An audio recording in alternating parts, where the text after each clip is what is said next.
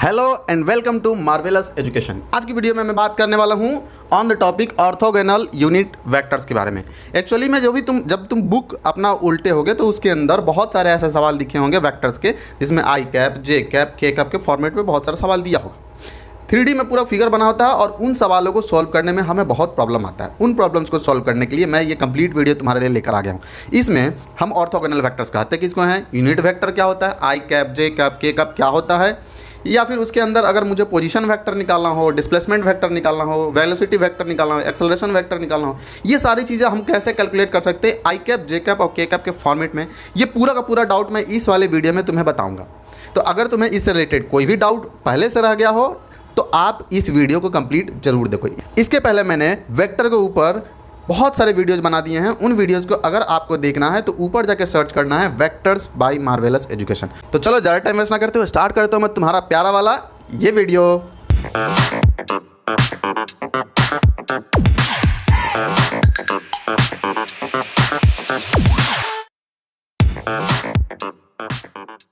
जैसा कि मैं प्रॉमिस किया हूँ, क्या पढ़ाने वाला हूँ तुम्हें, ऑर्थोगोनल वेक्टर्स के बारे में। तो सबसे पहले ये सवाल होता है कि सर जी दो बातें मुझे बताओ। ना तो मैंने आज तक ऑर्थोगोनल सुना है और ना ही मैंने यूनिट सुना है। इन दोनों को थोड़ा अच्छे से एक्सप्लेन करो, उसके बाद आप टॉपिक स्टार्ट करना। तो चलो मैं तुम्हारी बात को सुनता हूँ और तुम्हारे बात को ध्यान में रखते हुए पहले इन्हीं दोनों का मतलब समझाता हूँ कि क्या होता है ऑर्थोगोनल और क्या होता है यूनिट वेक्टर। सबसे पहले हम लोग जानते हैं कि यूनिट वेक्टर किसको बोलते हैं। तो यूनिट वेक्टर किसको बोलेंगे, तो देखो यूनिट वेक्टर हम लोग टाइप ऑफ वेक्टर में भी एक बार सुन चुके हैं, है ना। यूनिट वेक्टर किसको कहेंगे, तो यूनिट वेक्टर जैसे देखो कोई भी वेक्टर लिखना हो, मान लो मेरे पास एक ए वेक्टर मुझे लिखना है, तो ये वेक्टर कहते हैं किसको हैं। वेक्टर हम लोग ऐसे फिजिकल क्वांटिटी को बोलते हैं जिसके पास दो चीज़ें हो, फर्स्ट हो एक मैग्नीट्यूड और दूसरा हो डायरेक्शन। अगर ये दोनों चीज़ें हैं उसके पास तो क्या बोलोगे, उसको बोलोगे वेक्टर। तो इसको रिप्रेजेंट करने का कुछ ऐसा तरीका होता है, मैग्नीट्यूड को हम लोग मॉडुलस के साथ लिखते हैं इस वेक्टर का, और डायरेक्शन को लिखते हैं ए कैप से। ये क्या बताएगा, मैग्नीट्यूड को, और ये क्या बताएगा, डायरेक्शन को। यही जो तुम्हारा है यूनिट वेक्टर है,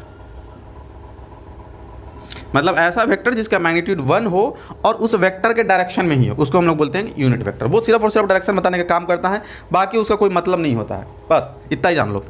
और जो भी वेक्टर का कैप में निकालोगे कि मतलब जैसे मान लो ए वेक्टर का निकालना हो ए कैप, तो ए कैप मतलब वो ए के डायरेक्शन में एक यूनिट वेक्टर है बस। जैसे मान लो एक लेंथ है, यहाँ पर 5 मीटर लेंथ वाला एक हम लोग वेक्टर ड्रॉ किए हुए हैं, ये 5 मीटर लेंथ का एक वेक्टर है, इसका नाम दे दिया गया है पी वेक्टर।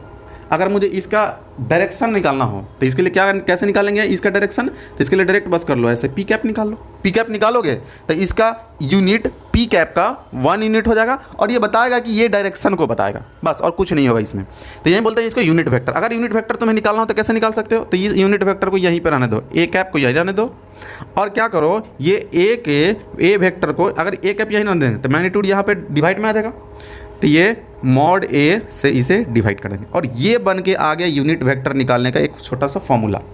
अब कभी भी वेक्टर का यूनिट वेक्टर निकालना हो तो इस फॉर्मूले से तुम निकाल सकते हो। दूसरा पॉइंट हमको समझना क्या है, ऑर्थोगोनल का मतलब। ऑर्थोगोनल वेक्टर किसको बोलते हैं, तो ऑर्थोगोनल वेक्टर समझो किसको बोलते हैं। अगर मान लो एक वेक्टर ऐसे लेते हैं और दूसरा वेक्टर को इसके परपेंडिकुलर कर देते हैं, दो वेक्टर ऐसा जिसके बीच का एंगल 90 डिग्री हो, ऐसे वेक्टर्स को क्या बोलते हैं, ऑर्थोगोनल वेक्टर बोलते हैं। मान लो यहाँ पे ए वेक्टर रहता और यहाँ पे बी वेक्टर रहता, तो ए वेक्टर बी वेक्टर के क्या है, ऑर्थोगोनल है। A vector B vector orthogonal vector है। मतलब क्यों ऑर्थोगोनल बोल रहे हैं, क्योंकि दोनों के बीच का एंगल 90 डिग्री है। अब यहाँ पे क्या होता है, ऑर्थोगोनल वेक्टर में दो जो है एक्स डायरेक्शन, वाई डायरेक्शन और जेड डायरेक्शन में हम लोग वेक्टर्स को रिप्रेजेंट करते हैं। ये एक जनरल हमारा रिप्रेजेंट करने का तरीका है, किस किस डायरेक्शन में, एक्स डायरेक्शन में, वाई डायरेक्शन में और जेड डायरेक्शन में। मतलब कार्टेशियन कोऑर्डिनेट पे हम लोग जनरली वेक्टर्स को रिप्रेजेंट बहुत ज़्यादा करते हैं। इस वजह से इस कार्टेशियन कोऑर्डिनेट पे हम लोग रिप्रेजेंट करते वक्त यूनिट वेक्टर्स का एक स्पेसिफिक नेम दे दिए। कैसे नेम दे दिए, मान लो मुझे कोई एक वेक्टर यहाँ पे देना हो कि ये वेक्टर है हमारा, ये वेक्टर मान लो ए वेक्टर हमने दे दिया। अब इस ए वेक्टर को अगर मुझे रिप्रेजेंट करना होगा कि ये ए वेक्टर क्या है, तो मैं कैसे रिप्रेजेंट करूंगा, तो इस ए वेक्टर को रिप्रेजेंट करने का ऑर्थोगोनल का डायरेक्शन में ये है, ऑर्थोगोनल वेक्टर में ये है कि अगर मान लो एक्स के डायरेक्शन में मुझे किसी वेक्टर को रिप्रेजेंट करना हो तो आई कैप से रिप्रेजेंट करना, वाई डायरेक्शन में करना हो तो जे कैप से करना, और जेड डायरेक्शन में करना हो तो के कैप से करना। एक्स के डायरेक्शन में यूनिट वेक्टर को आई कैप बोलोगे, वाई डायरेक्शन में यूनिट वेक्टर को जे कैप बोलोगे, और जेड डायरेक्शन में यूनिट वेक्टर को के कैप बोलोगे। मान लो यहीं पे मुझे अगर कोई बोला कि एक वेक्टर ऐसा रिप्रेजेंट करो, जैसे मैं एक टेबल लिख के तुमसे पूछता हूँ कि एक ऐसा वेक्टर, तुम्हें बहुत सारा वेक्टर्स देता हूँ रिप्रेजेंट करने के लिए, ऑर्थोगोनल वेक्टर्स बनाने के लिए, ऐसा कुछ, ये मैं इसमें बोल देता हूँ कि एक्स में तुम्हें ये वेक्टर का नाम देना है, नाम देना है वेक्टर का। दूसरे में मैं ये बोल रहा हूँ कि एक्स में एक्स डायरेक्शन में कितना चलना है, दूसरे में बोल रहा हूँ मैं वाई डायरेक्शन में कितना चलना है, और तीसरे में जेड डायरेक्शन में कितना कितना चलना है। और फाइनली तुम्हें उस वेक्टर का नाम लिखना है, उस वेक्टर का को रिप्रेजेंट करना है किसके फॉर्मेट में, ऑर्थोगोनल वेक्टर के फॉर्मेट में, लास्ट वाले में लिखना है।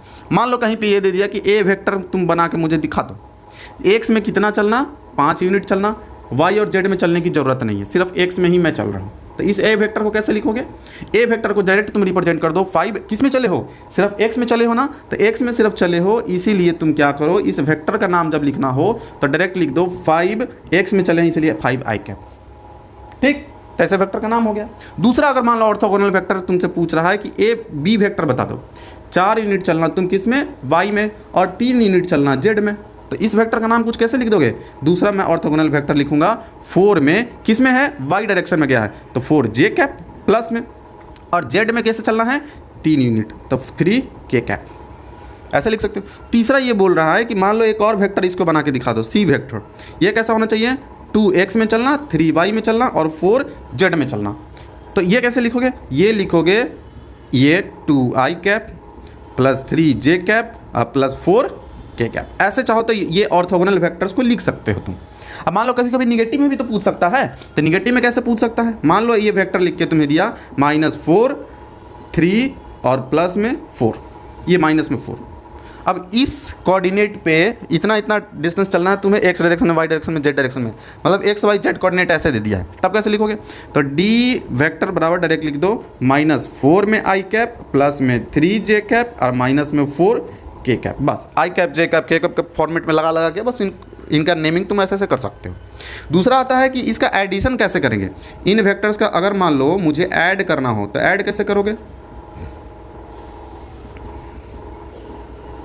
इन वेक्टर्स को, तो ऐड करने का, एडिशन से पहले मैं थोड़ा ये बता देता हूँ कि मान लो इन्हीं वेक्टर्स का अगर मान लो मुझे मैग्नीट्यूड निकालना हो, जैसे मान लो कोई एक वेक्टर में लेता हूँ, सी वेक्टर, बोल रहा है कि सी वेक्टर मुझे बता दो कौन है, तो सी वेक्टर कौन है, 2 आई कैप प्लस में 3 जे कैप और प्लस में 4 के कैप।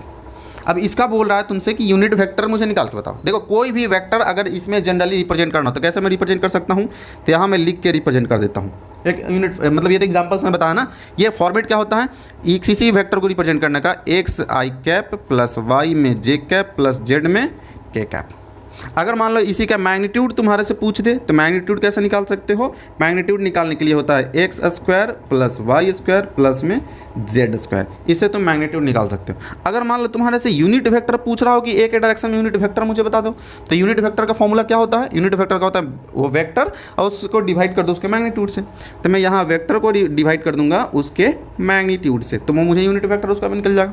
तो यहाँ मैं उसके डायरेक्शन में अगर यूनिट वेक्टर निकालना चाहता हूँ तो ये वेक्टर कौन है, एक्स आई कैप प्लस वाई जे कैप और प्लस जेड में के कैप है। अब मुझे उसका किस चीज़ से डिवाइड करना है, मैग्नीट्यूड से, तो मैं मैग्नीट्यूड से डिवाइड कर देता हूँ। मैग्नीट्यूड क्या है, अंडर रूट में x square plus y square plus में जेड स्क्वायर, ये हो गया उस डायरेक्शन में यूनिट वेक्टर। जैसे मान लो ये वाला एग्जांपल मैं दिखाता हूँ, अगर मान लो इसी में मेरे से पूछेगा कि इसका मैग्नीट्यूड निकाल के बता दो, कैसे निकालूंगा मैं, तो मॉड लिखकर और अंडर रूट में 2 का स्क्वायर 4, 3 का स्क्वायर 9 और 4 का स्क्वायर 16, सबको जोड़ लेते हैं, 16 4 20, 20 9 29, अंडर रूट 29 यूनिट आ जाएगा। अब मान लो इसी डायरेक्शन में मुझे लिखना है यूनिट वेक्टर, यूनिट वेक्टर लिखना बड़ा आसान है, कैसे लिखोगे, ये ये वेक्टर इसको डिवाइड कर दो उसके मैग्नीट्यूड से, तो ये वेक्टर हो गया 2 आई कैप 3 जे कैप और 4 के cap divided by under root में 29, ये आ गया, यही हो गया इसका यूनिट वेक्टर। ऐसे करके चाहो तो यूनिट वेक्टर तो निकाल कर उसका बता सकते हो। अब देखो मैं तुम्हारे लिए 2 सवाल लेकर आया हूँ, इन दोनों सवालों को थोड़ा सॉल्व करते हैं कि क्या क्या सवाल है। सवाल बहुत आसान लेकर आया हूँ, बस थोड़ा सा अंडरस्टैंडिंग होना चाहिए जो अभी मैंने बताया उसका, तो तुम दोनों सवालों को बिल्कुल आसानी से फोड़ दोगे। फोड़ने के लिए तैयार हो ना, ठीक है। तो अभी क्या करना है आपको, थोड़ा सा वीडियो को पॉज करना है, पॉज करके पहले खुद से ट्राई करना है।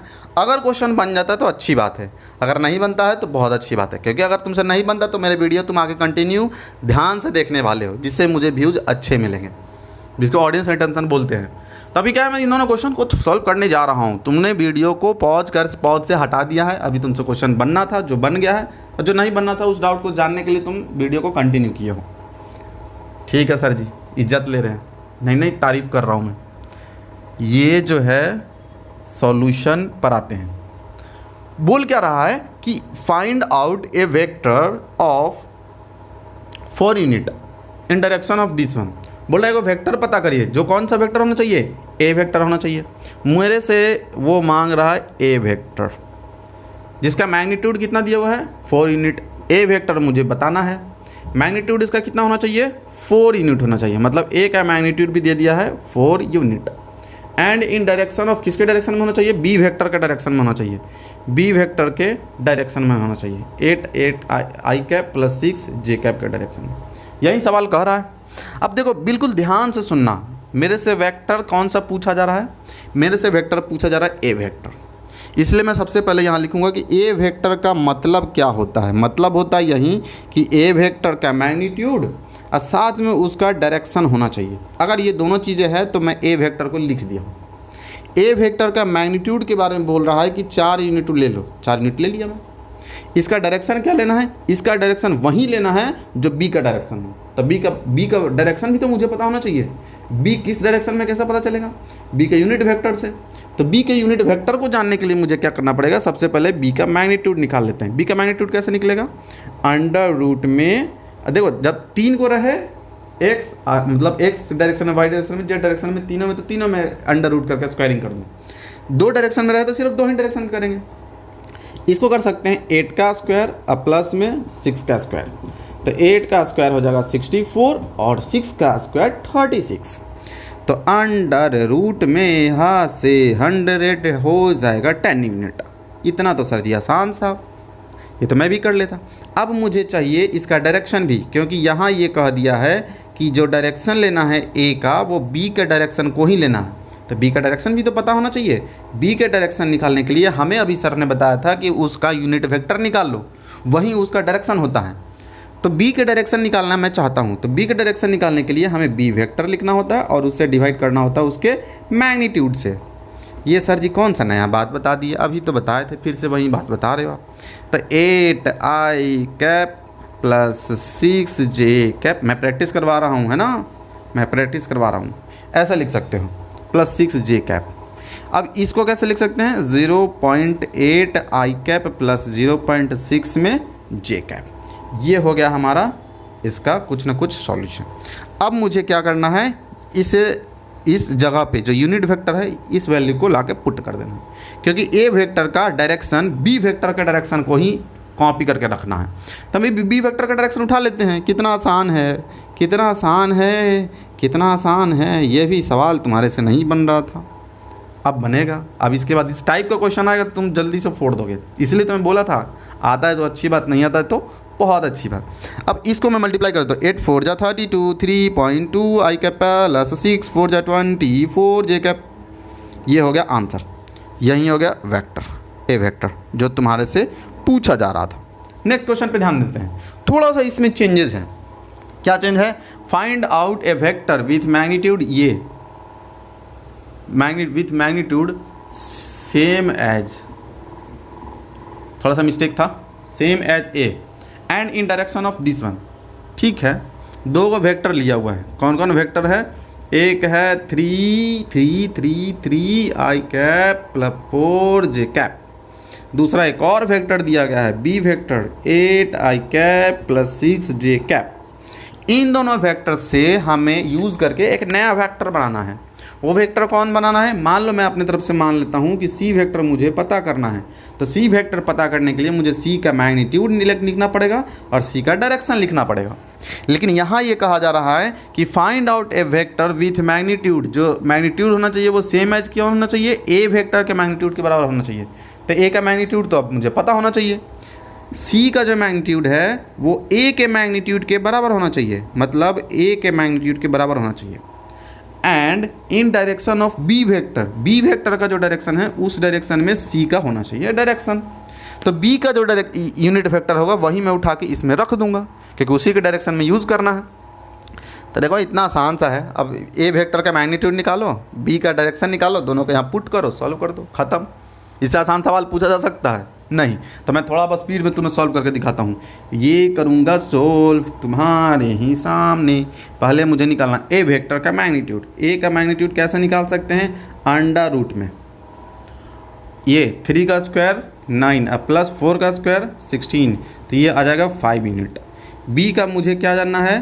पहले तो मैग्नीट्यूड फिर उसका डायरेक्शन यूनिट वेक्टर। ठीक है, मैं डायरेक्शन ही डायरेक्ट निकाल देता हूँ। देखो डायरेक्शन कैसे निकलेगा? पहले उस वेक्टर को रख देते हैं। डायरेक्शन निकालने के लिए हमें करना पड़ेगा बी वेक्टर को उसके यूनिट वेक्टर से उसके मैग्नीट्यूड से डिवाइड, ये हो जाएगा यूनिट वेक्टर। यूनिट वेक्टर निकालने के लिए बी वेक्टर को उसके मैग्नीट्यूड से डिवाइड करना पड़ेगा। ठीक है, तो बी वेक्टर कितना है? 8i cap plus 6j cap.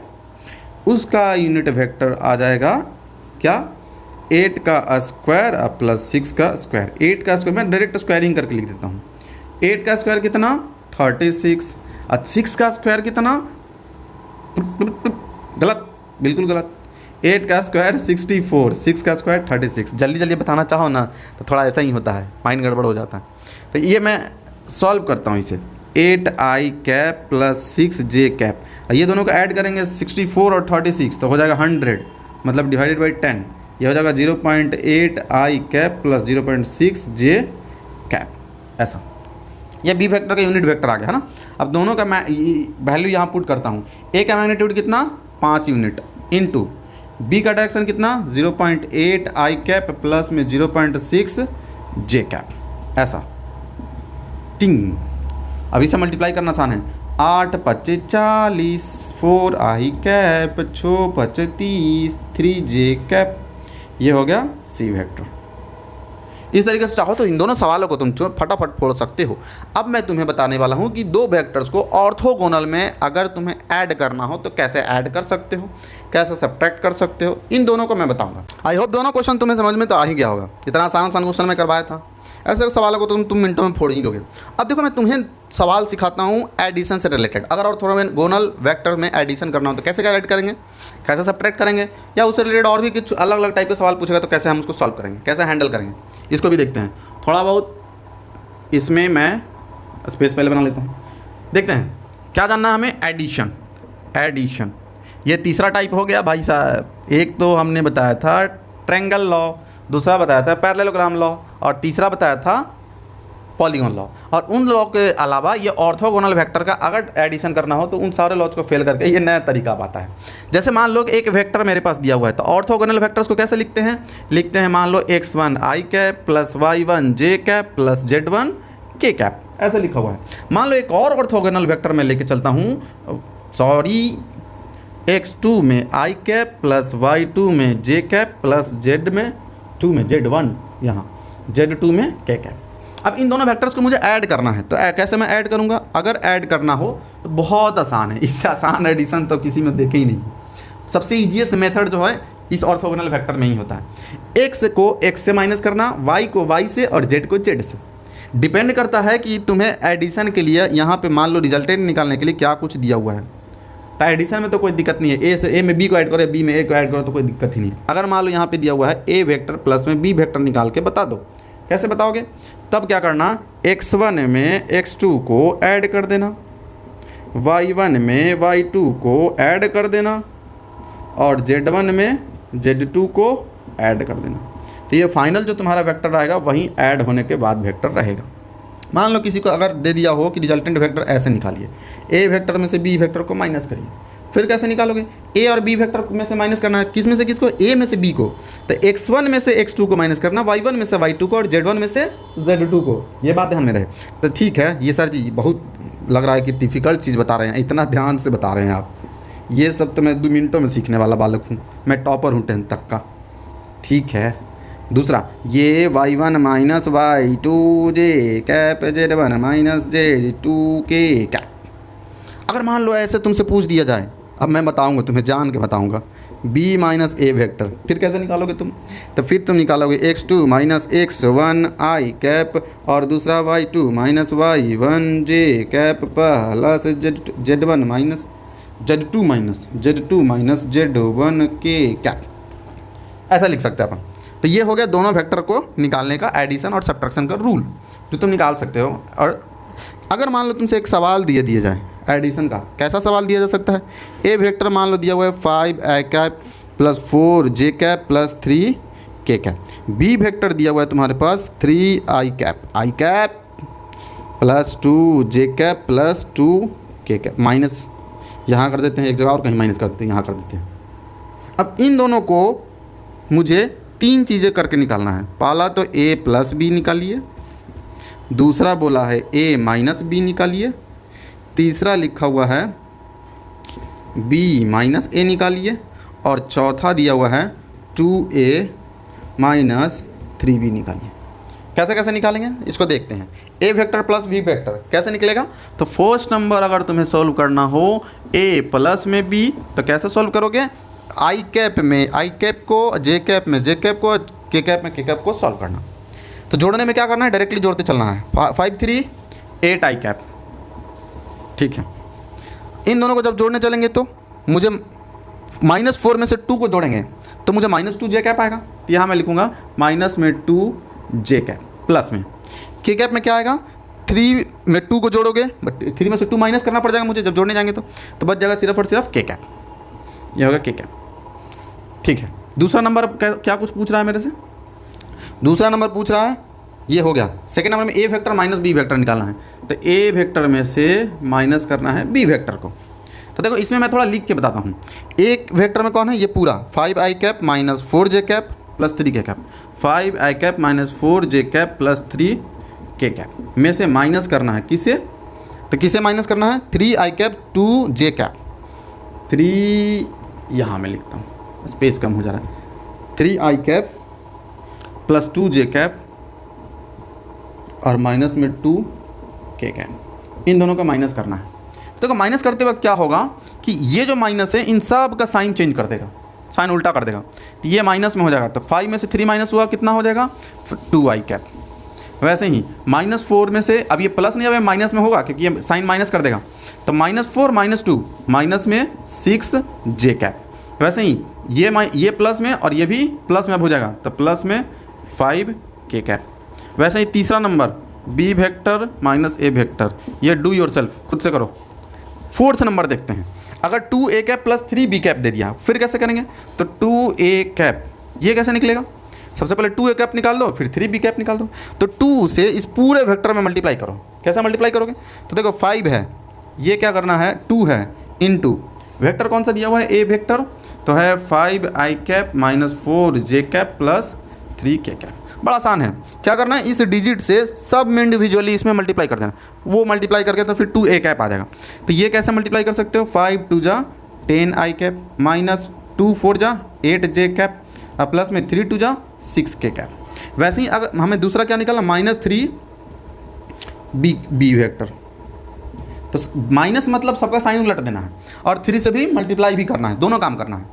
तो साइन उलटना है और मल्टीप्लाई भी करना है। देखो यहाँ से वेक्टर में उठा रहा हूँ, बी वेक्टर ही है, या फिर यहीं से उठा लेते हैं ना, 3 है। इसे क्या करना है? 3 से मल्टीप्लाई करना और माइनस में कर देना है। तो 3 3 जा 9, 9 माइनस में 9 हो जाएगा। या फिर यहाँ एक बार जगह स्टेप में कर ही देता हूँ। क्या पता क्या होगा हमारा, वही जो होता है सबका। अब -3 और +3, माइनस में 9 आई कैप माइनस में 6 जे कैप प्लस में 6 3 2 6 के कैप। अब क्या करना है? दोनों को ऐड कर दो। 2 ए कैप माइनस में 2 ए वेक्टर माइनस 3 बी वेक्टर, दोनों को ऐड कर देते हैं। तो ये वाला और ये वाला को सॉल्व करना है। तो 10 में से 9 गया तो आई कैप बच जाएगा सिर्फ, -8 और -6 तो माइनस में 8 6 14 जे कैप। 6 में 6 जोड़ेंगे तो प्लस में 12 के कैप। ऐसे चाहें तो आप सारे इस तरह के सवालों को सॉल्व कर सकते हैं और सॉल्व करके ओवर स्मार्ट बन सकते हैं। ओवर स्मार्ट नहीं, स्मार्ट बन सकते हैं, है ना। तो ये हो गया हमारा सवाल जो कि मैं बेसिक करवा दिया 2 4। अब मैं एक और सवाल इससे रिलेटेड करवाता हूँ। जैसे देखो एक और सवाल पूछने का तरीका दूसरा मैं दिखाता हूँ। ये साफ़ नहीं हुआ बढ़िया से, सब तुम्हारी वजह से, जल्दी जल्दी तुम्हें बताने के चक्कर में सफाई नहीं किया। सर जी सब हमारी वजह से ही कर रहे हैं, अपना तो गलती है ही नहीं। देखो सवाल ये कह रहा है ना कि मान लो एक वेक्टर है जिसका बोल रहा है कि a vector of length 2 centimetre का है और कहाँ दिया हुआ है 60 डिग्री एबव एक्स एक्सिस इन, मान लो ए वेक्टर ही यहाँ दिया हुआ है, ए वेक्टर ही दे दिया है जिसका लेंथ कितना दिया हुआ है 2 centimetre 60 degree above x axis in first quadrant, 60 degree ऊपर है और फर्स्ट क्वाड्रेंट में भी है। दूसरा बोल रहा है एक बी वेक्टर ले लीजिए जिसका लेंथ क्या दिया हुआ है 2 ही सेंटीमीटर लेकिन 60 डिग्री बिलो एक्स एक्सिस इन कौन से क्वाड्रेंट में दिया हुआ है, फोर्थ क्वाड्रेंट में दे दिया। इसे कैसे सोल्व करोगे? अब ये पूछ रहा है कि मुझे ये बता दो कि ए वेक्टर प्लस में b vector is equals to what. अब कैसे बताओगे? तो हमें इसमें ना थोड़ा कंपोनेंट निकालने वाला काम करना है, रिजोल्यूशन ऑफ वेक्टर का थोड़ा बहुत इस्तेमाल करना। तो देखो कैसे कुछ इसको सॉल्व करते हैं। सबसे पहले तो एक्स वाई सब कुछ जो भी कोऑर्डिनेट होता है ड्रॉ कर लेते हैं। एक्स एक्सिस इसको बोलते हैं सर जी, ई वाई एक्सिस इसको बोलते हैं। अब आप मुझे मत बताना, मैं आपको बताऊँगा। इसमें क्या बोल रहा है, लेंथ कितना होना चाहिए 2 सेंटीमीटर और कहाँ होना चाहिए 60 degree above x axis. X axis ये वाला, इससे 60 डिग्री ऊपर, इससे 60 डिग्री ऊपर, यहाँ कहीं, ठीक है। टिंग टॉक टिंग टिंग 60 डिग्री और इसका लेंथ कितना होना चाहिए 2 सेंटीमीटर। वैसे ही एक और वेक्टर लेके चलना है, वो कौन सा, तो 2 सेंटीमीटर का होना चाहिए लेकिन बिलो एक्स एक्सिस होना चाहिए, ऐसा कुछ। ये ए वेक्टर है और ये बी वेक्टर है, ये कितने सेंटीमीटर का 2 सेंटीमीटर लेकिन बिलो एक्स एक्सिस है। अब ये ए वेक्टर और बी वेक्टर का एडिशन निकालना है। तो ए वेक्टर सबसे पहले लिखते हैं कि सर जी ऑर्थोगोनल आप पढ़ा रहे हैं, ये क्या क्या दे रहे हैं सवाल। सबसे पहले तो ऑर्थोगोनल के डायरेक्शन साथ दीजिए ना, आई कैप लगा होना चाहिए, जे कैप लगा होना चाहिए, के कैप लगा होना चाहिए, इसमें कुछ नहीं लगा। अब ऐसे ही बोल रहे हैं ऑर्थोगोनल का क्वेश्चन है, तो सबसे पहले इसको ऑर्थोगोनल का क्वेश्चन में कन्वर्ट करिए फिर मुझे बताइए। तो ऑफ कोर्स अब तुम्हें समझ आ गया होगा कि ये ऑर्थोगोनल का ही क्वेश्चन है, ऑर्थोगोनल में थोड़ा मुझे कन्वर्ट करना पड़ेगा। जैसे मान लो ये ए वेक्टर जो दिया हुआ है 2 सेंटीमीटर का और ये दिया हुआ है 60 डिग्री अबव, तो इसमें क्या करो, इस 2 सेंटीमीटर का एक्स डायरेक्शन में कंपोनेंट निकालो।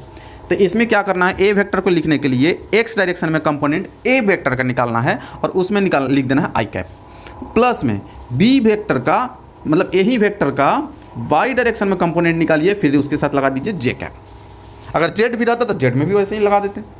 अब इन दोनों का थोड़ा कंपोनेंट निकालने की कोशिश करते हैं। तो ए वेक्टर को कैसे हम लिख सकते हैं, एक्स डायरेक्शन में कंपोनेंट कैसे निकाल सकते हैं। तो एक्स डायरेक्शन में हमें दिख रहा है कि नीचे साइड जाना पड़ेगा, नीचे साइड में एंगल है और जिस डायरेक्शन में एंगल रहता है उस डायरेक्शन में क्या लगाते हैं, कॉस थीटा लगाते हैं। तो एक्स डायरेक्शन में क्या कुछ लगाना पड़ेगा, कॉस थीटा के साथ 2 को 2 रह नहीं देते हैं मैग्नीट्यूड को, और साथ में लगा देते हैं कॉस में 60 डिग्री आई कैप प्लस में। ऐसे ही वाई डायरेक्शन में कैसे जाओगे, तो वाई डायरेक्शन में जाने के लिए हमें पता है कि एंगल इधर है नहीं, इधर साइड एंगल तो है नहीं, एंगल तो नीचे है, तो इधर साइड साइन लगाना पड़ेगा मुझे, 2 sin 60 जे कैप। अब इसे सॉल्व कर लो, ए वेक्टर निकल के आ चुका है तुम्हारे पास। तो 2 अब cos 60 क्या हो जाएगा, cos 60 √3/1/2 आई कैप प्लस में 2 इसका बताना है sin 60 क्या हो जाएगा √3/2 जे कैप। अब इसे थोड़ा सॉल्व कर लेते हैं। तो ये ए वेक्टर आ जाएगा क्या कुछ आई कैप प्लस में √3 जे कैप। ऐसे ही दूसरे वाले वेक्टर को भी निकालना है, किसको, बी वेक्टर को। बी वेक्टर को कैसे निकालोगे, तो इसमें हमें पहले निकालना पड़ेगा बी एक्स डायरेक्शन में आई कैप, बी का वाई डायरेक्शन में कंपोनेंट निकालिए, फिर जे कैप कर दीजिए। अब तो बच्चा मुझे खुद ही बताना है। वाह सही बात है यार, एक्स डायरेक्शन में मतलब देख लेते हैं आप थोड़ा कंपोनेंट निकालते वक्त एक्स कंपोनेंट कैसे निकलेगा। ये बी वेक्टर है, इसका कंपोनेंट इस डायरेक्शन में कैसे जाएगा, तो इधर साइड कंपोनेंट मतलब एंगल नहीं है तो इसको कॉस थीटा, तो ये हो जाएगा बी का कॉस 60, यहाँ पे माइनस में, क्योंकि देख लो ये वाई में जो है माइनस में है ना, तो ये नीचे साइड लेकर आते हैं। नीचे साइड कैसे चलेगा, तो नीचे साइड चलेगा, देखो वाई डायरेक्शन में जब कंपोनेंट निकालने चलोगे बी वाई में, तो देखो वाई डायरेक्शन में निगेटिव वाई में जा रहा है ये इसलिए मैं वहाँ माइनस लगा दिया हूँ। अब मुझे बी में कैसे कंपोनेंट निकालेंगे, इधर साइड एंगल है इधर एंगल नहीं है, तो इधर साइन के साथ जाएगा, ये हो जाएगा 2 sin में 60 डिग्री इंटू जे कैप। अब यहाँ मैं 2 ही लिख देता हूँ। अब तो ये हो जाएगा 2 × √1/2 माइनस 2 इंटू √3/2 जे कैप, ये कैंसिल, ये भी कैंसिल, ये हो जाएगा यहाँ पे आई कैप, राइट, यहाँ आई कैप, तो यहाँ क्या बन जाएगा आई कैप माइनस √3 में जे कैप। अब इन दोनों का रिजल्टेंट भी मुझे निकालना है। अब देखो दोनों वेक्टर निकल के आ चुका है, ए वेक्टर भी और बी वेक्टर भी, ए वेक्टर बी वेक्टर यहाँ रहा और ए वेक्टर यहाँ रहा। अब दोनों को सॉल्व करना, सॉल्व कैसे कर सकते हो, तो डायरेक्ट लिख दो रिजल्टेंट बराबर ए वेक्टर और प्लस में बी वेक्टर करके निकालना था। ए वेक्टर मुझे क्या है आई कैप, बी वेक्टर क्या है आई कैप, आई कैप आई कैप, दो को आई कैप, तो ये हो जाएगा 2 आई कैप प्लस में बी में ये जे कैप को जे कैप से जोड़ दूँ मैं, तो √3 में √3 को जोड़ेंगे तो 0 हो जाएगा, तो हो जाएगा 0 में जे कैप, तो आर का सिर्फ एक ही रह जाएगा आंसर 2 आई कैप। इस तरीके से चाहो तो तुम इस सवाल को लगा सकते हो। अब हम लोग चलते हैं किस नेक्स्ट टॉपिक पे, जिसमें तुम्हें ये बताऊंगा कि पोजीशन वेक्टर किसको बोलते हैं, और दूसरा मैं बताऊंगा कि डिस्प्लेसमेंट वेक्टर किसको कहते हैं। डिस्प्लेसमेंट अगर वेक्टर निकालने आ गया तो फिर यही तुम इस्तेमाल बाद में काइनेमेटिक्स में कर सकते हो। किस चीज़ में, उस डिस्प्लेसमेंट का यूज़ करके तुम वेलोसिटी निकालना जान जाओगे, एक्सेलरेशन निकालना जान जाओगे, तो वो कहाँ हेल्प करेगा, तुम्हें हेल्प करेगा काइनेमेटिक्स में। लेकिन अभी हम लोग ये जान लेते हैं कि पोजीशन वेक्टर किसको कहते हैं, डिस्प्लेसमेंट वेक्टर किसको कहते हैं। मेनली हमारा इन्हीं दोनों पे फोकस होगा। तो चलो हम लोग जानते हैं पोजीशन वेक्टर और डिस्प्लेसमेंट वेक्टर के बारे में। देखो अब हम लोग बताते हैं किसके बात करते हैं किसके बारे में, पोजीशन वेक्टर में।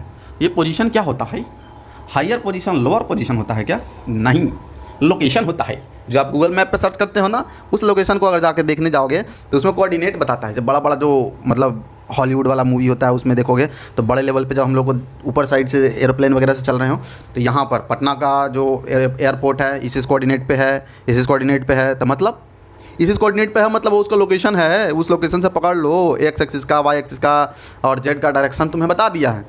और ये ऑरिजिन वगैरह कुछ अपने हिसाब से डिसाइड करके वो अपना कोऑर्डिनेट निकालते रहते हैं। तुम्हें कोऑर्डिनेट सिर्फ दिया जाएगा। अगर तुम जहाज उड़ाना चाहोगे तब तो अच्छे से पढ़ाई करो, हो सके भविष्य में तुमको जहाज उड़ाने के लिए मिल जाए। मेडिकल वालों के लिए नहीं, नीट वालों के लिए नहीं, नीट वाला जहाज मत उड़ाना, उस पर बैठ के तुम देखना सिर्फ कि कहीं कोई चोट उट तो नहीं लग गया ड्राइवर को। तो अभी देखना है हम लोग को कि अगर ये मक्खी भी परेशान करता बीच में, अभी देखना है हमें कि मतलब अगर हम लोग जहाज उड़ाने जाएंगे तो कैसे कैसे डायरेक्शन जानेंगे। मान लो कि हम जहाज उड़ाने से पहले क्या करते हैं कि दो गो सिचुएशन लेते हैं, मतलब दो इंसान के बारे में थोड़ा डिस्कशन करते हैं। कैसा कैसा इंसान है सर जी, दोनों इंसान, और कहाँ कहाँ है दोनों को बताइए। एक जो है हम क्या हुआ कि एक पटना जगह पे पहुँच गए, तो पटना का कुछ ना कुछ कोऑर्डिनेट होगा। मुझे पता चला कि इसका कोऑर्डिनेट x1, y1, z1 है। दूसरा बोला गया कि एक बालक चला गया है दिल्ली में, मेरा बालक स्टूडेंट जो है चला गया दिल्ली में। अब इसका मैं जानना चाहता हूँ कि कोऑर्डिनेट कितना है तुम्हारा। मैं जहाज़ लेके आने वाला हूँ पटना से दिल्ली, बताओ तुम्हारा कोऑर्डिनेट क्या है, वहीं पे लैंड करूँगा। तो ये क्या हुआ कि इसका कोऑर्डिनेट दिया हुआ है x2, y2, z2। मुझे x1, y1, z1 से x2, y2, z2 पे पहुंचना है। मैं जब जहाज़ में जाऊंगा तो उसके अंदर ये कोऑर्डिनेट फिक्स कर दूंगा, तो मैं यहाँ से यहाँ चल के आ जाऊंगा। अगर बालक बहुत ज़्यादा उत्साहित हो गया तो वो इस पोजीशन से इस पोजीशन पे आने के लिए अपना यहाँ से मेरा कोऑर्डिनेट डालेगा और यहाँ से उड़ के मेरे पास चलाएगा। तो ये तरीके से चाहो तो तुम पोजीशन जान सकते हो। अब इसको पोजीशन तो पता चल गया कि पोजीशन कैसे पता करते हैं, उसके कोऑर्डिनेट से पता करते हैं।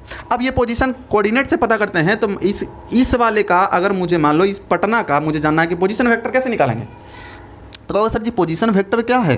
पटना में तो पटना तो इतना मतलब पटना बताएंगे तो ऐसे कहाँ से बताएंगे ऐसे ही। तो पटना जानने के लिए हमें ये डिसाइड कर दिया गया कि क्या है, लखनऊ को मान लिया गया है सेंटर, ये है ऑरिजिन मान लिया गया है हमेशा लखनऊ को।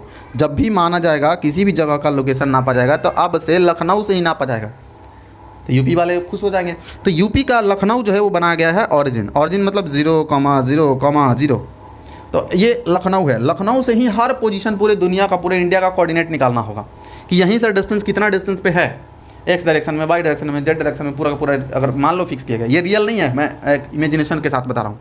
तो इसमें क्या करना है, मुझे अगर पी पॉइंट का जानना है कि ये कहाँ पे है, तो कहेगा कि अच्छा तो एरोप्लेन के अंदर कोऑर्डिनेट सेट करने से पहले क्या कुछ जानना पड़ेगा मुझे, इससे लखनऊ से ये पटना का डिस्टेंस क्या कुछ है। अगर ये डिस्टेंस पता चल गया तो यही कहलाएगा इसका पोजीशन वेक्टर। इसमें x direction, y direction, z direction में तीनों में मैं डायरेक्शन निकालना शुरू कर दूंगा। कैसे निकालूंगा, तो ये क्या करूंगा कि इस तरीके से कोऑर्डिनेट में पहले ड्रॉ कर लिया, फिर मैं ये जानने की कोशिश किया कि ये जो लखनऊ है, लखनऊ से पटना जाने के लिए मुझे क्या करना पड़ेगा, यहाँ से एक्स डायरेक्शन में जाना पड़ेगा। कितना, एक्स डायरेक्शन में कितना जाना पड़ेगा, x1 डिस्टेंस जाना पड़ेगा। अब y डायरेक्शन में कितना जाना पड़ेगा, y1 जाना पड़ेगा। और z डायरेक्शन में बाहर भी आना पड़ेगा, कितना, z1 आना पड़ेगा। तो ये x1, y1, z1 यहाँ पे कहीं होगा, यहाँ पे, और यही है पोजीशन। अगर मान लो इस पोजीशन पे हम जानना चाहते हैं कि ये लखनऊ से कितना डिस्टेंस पे है, तो यहाँ से मैं बाहर यहाँ पे कहीं आऊँगा। 3D में थोड़ा इमेजिन करना है ना, तो यहाँ से कहीं बाहर पे यहाँ पे पोजीशन पे जो आएंगे यही कहलाएगा क्या, इसका पोजीशन वेक्टर। तो यही पोजीशन वेक्टर अगर निकालना हो, मैं इस डायग्राम में सिर्फ 2D में ही शो कर रहा हूँ, तो ऐसे कुछ शो कर सकते हो। अब तुम्हारे से पूछेगा कि P का पोजीशन वेक्टर, तो कैसे निकालोगे, पोजीशन वेक्टर ऑफ पटना का पोजीशन वेक्टर कैसे निकलेगा, तो ये निकलेगा कैसे। अब देखो जहाँ जहाँ x1 y1 z1 दिया हुआ ना, सबके साथ x के साथ i कैप, y के साथ j कैप और z के साथ k कैप लगा दो, तो ये हो जाएगा क्या, x1 i cap plus y1 j cap plus z1 k cap, ऐसे लगा दो। ये निकल के आ गया पटना का कोऑर्डिनेट, पोजीशन वेक्टर। वैसे ही तुमसे पूछेगा अगर मान लो इस पोजीशन वेक्टर का नाम कुछ लिखना होगा, तो कैसे मैं नाम लिख सकता हूँ, हमारा लोकेशन कौन सा है जहाँ से नापना, मतलब डिस्टेंस नापना है, तो ऑरिजिन से, ऑरिजिन कौन है, लखनऊ है, लखनऊ से तो यहाँ है, तो ये मान लेता हूँ कि ओ से मुझे जाना है पी तक, इसलिए ओपी वेक्टर ये हो गया, ये पोजीशन वेक्टर हो गया। वैसे ही पोजीशन वेक्टर ऑफ दिल्ली, यहाँ मुझे जाना है दिल्ली का, ये मैं कैसे लिख सकता हूँ, तो इसका नेमिंग क्या मुझे करना पड़ेगा, ओ से लेकर डी तक जा रहे हैं, ऐसा कुछ। तो इसके लिए पहले x2 जाना पड़ेगा मुझे यहाँ पर, और x2 जाकर के ऊपर कितना जाएंगे, y2, और फिर z2 बाहर आ जाएंगे। तो ये है दिल्ली का, तो दिल्ली के लिए क्या कुछ रखना पड़ेगा, OD, O से D के पास जा रहे हैं, इसलिए ये एरो लगाना पड़ेगा। इसका position vector x2 i cap, y2 j cap, z2 k cap, ये हो गया पोजीशन वेक्टर ऑफ दिल्ली। अब इन दोनों के बीच में मुझे अगर मान लो जाना है, मैं कहाँ से कहाँ जाना चाहता हूँ, तो ये तो हो गया पोजीशन वेक्टर। अब मुझे डिस्प्लेसमेंट करना है, कहाँ से कहाँ, तो मुझे पटना से जाना है अगर मान लो दिल्ली के पास, तो मैं इसके लिए क्या लिखूंगा, एक डिस्प्लेसमेंट वेक्टर लिखूंगा, डिस्प्लेसमेंट किसका, तो पहले अगर मुझे जानना है मान लो पटना से दिल्ली, तो मैं क्या लिखूंगा, ये PD वेक्टर लिखूंगा। PD वेक्टर कैसे लिखा जाएगा, तो देखो जब भी डिस्प्लेसमेंट वेक्टर लिखना हो तो पहले लिखना बाद वाला माइनस में पहले वाला, ऐसा कर देना। तो बाद में देखो कौन है, बाद में कौन सा वेक्टर है, OD वेक्टर है, डी पोजीशन है, डी पोजीशन का वेक्टर कौन होगा, OD वेक्टर। तो OD वेक्टर माइनस में इसका पोजीशन वेक्टर पटना का OP वेक्टर माइनस में OP वेक्टर। कब, जब ये डिस्प्लेसमेंट PD हो रहा हो, मतलब ये डिस्प्लेसमेंट जो हो रहा है, यहाँ मैं लिखता हूँ थोड़ा डिस्प्लेसमेंट, ये PD कब लिखें, जब पटना से कहाँ जा रहे हैं, दिल्ली, वेन पटना टू दिल्ली, ये बात ध्यान में रहे। तो OD माइनस OP कर देंगे, तो OD में क्या है, OD में x2 y2 z2 है, ये OD का पोजीशन वेक्टर है, वह दिल्ली का पोजीशन वेक्टर। वैसे ही पटना का position vector x1, y1, z1। अब ये क्या करोगे, बाद वाले में से पहले वाले को माइनस कर देते, x2 माइनस में x1 i cap plus y2 minus y1 j cap plus z2 minus में z1 k कैप, ऐसा लिख सकते हो। अब मान लो यही तुमसे ये सवाल थोड़ा पलट दे कि नहीं सर जी आप तो पटना में थे ही, आप अपने बालक से मिलने चले गए दिल्ली में, तो आपका डिस्प्लेसमेंट वेक्टर मैं ऐसे PD लिखूंगा। लेकिन अगर ऐसा हो जाए कि अब ये बालक ही आपसे मिलना चाहता है पटना में आके, अब कैसे लिखोगे, अब मामला तो उलट जाएगा।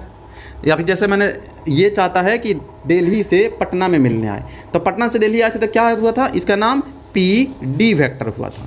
लेकिन अगर दिल्ली से पटना जा रहा हो तो क्या हो जाएगा, इसका नाम DP हो जाएगा, DP वेक्टर नाम हो जाएगा, नाम उलट जाएगा सीधा।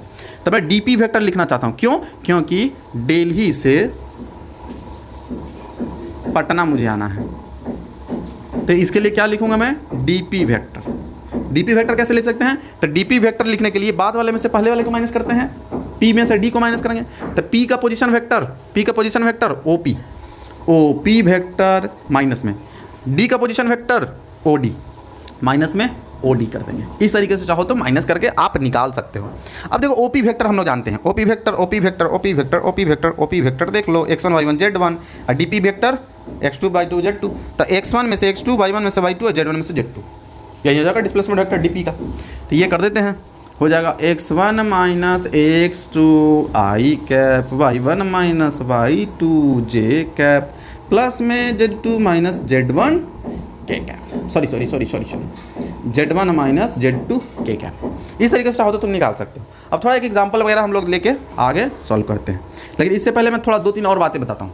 अच्छा मान लो ये तो अब वेक्टर निकालने आ गया। अब अगर तुमसे मान लो सबका पोजीशन वेक्टर पूछ रहा हूँ, किसका किसका, जैसे पटना जो पोजीशन है, पोजीशन वेक्टर है, इसका अगर तुमसे पूछ दे कि इसका मैग्नीट्यूड निकाल के मुझे बताओ, तो पटना का पोजीशन वेक्टर क्या है, तो पटना का पोजीशन वेक्टर है ओडी, ओपी है ना। देखो पटना का ओपी भी है, ओपी का मुझे जानना है मैग्नीट्यूड। मैं कैसे निकाल सकता हूँ, अंडर रूट में कर देंगे x1 square y1 square z1 square, ये कर देंगे x1 square plus y1 square plus z1 square, ये निकल के आ जाएगा इसका मैग्नीट्यूड। अगर मान लो इसी पटना वाले का, पटना के पोजीशन वेक्टर का तुमसे यूनिट वेक्टर अगर निकालने के लिए कहा रहा है, तो यूनिट वेक्टर क्या कुछ होता है, यूनिट वेक्टर के लिए होता है ओपी वेक्टर, इस वेक्टर को उसके मैग्नीट्यूड से डिवाइड कर देंगे, राइट, तो ये निकल कर आ जाएगा।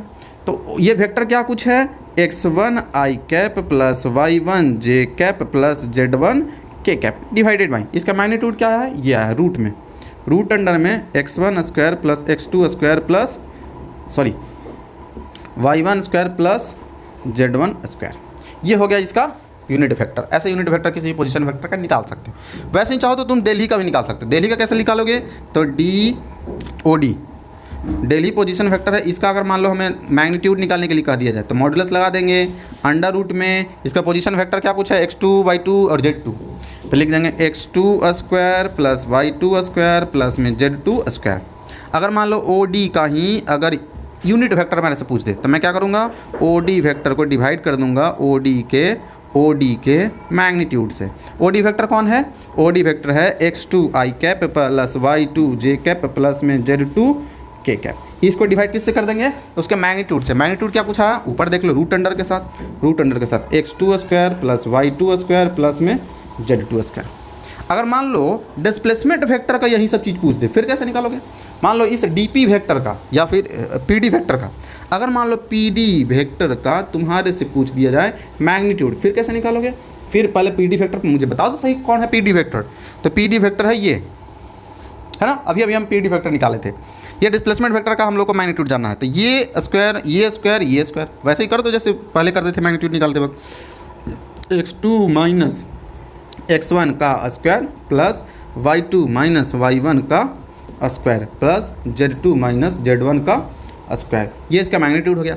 अब इसका यूनिट वेक्टर कैसे निकालोगे, ये फिर से अपन करेंगे पी वेक्टर को पी के मैग्नीट्यूड से डिवाइड, तो पी वेक्टर कौन है, ये पूरा I cap J cap K cap के साथ x2 minus x1 I cap plus y2 minus y1 J cap plus z2 minus z1 K cap. इसको डिवाइड किससे करना पड़ेगा, इसके रूट अंडर के स्क्वायर से, ये हो जाएगा x2 माइनस x1 का square plus y2 minus y1 का square plus z2 minus z1 का स्क्वायर।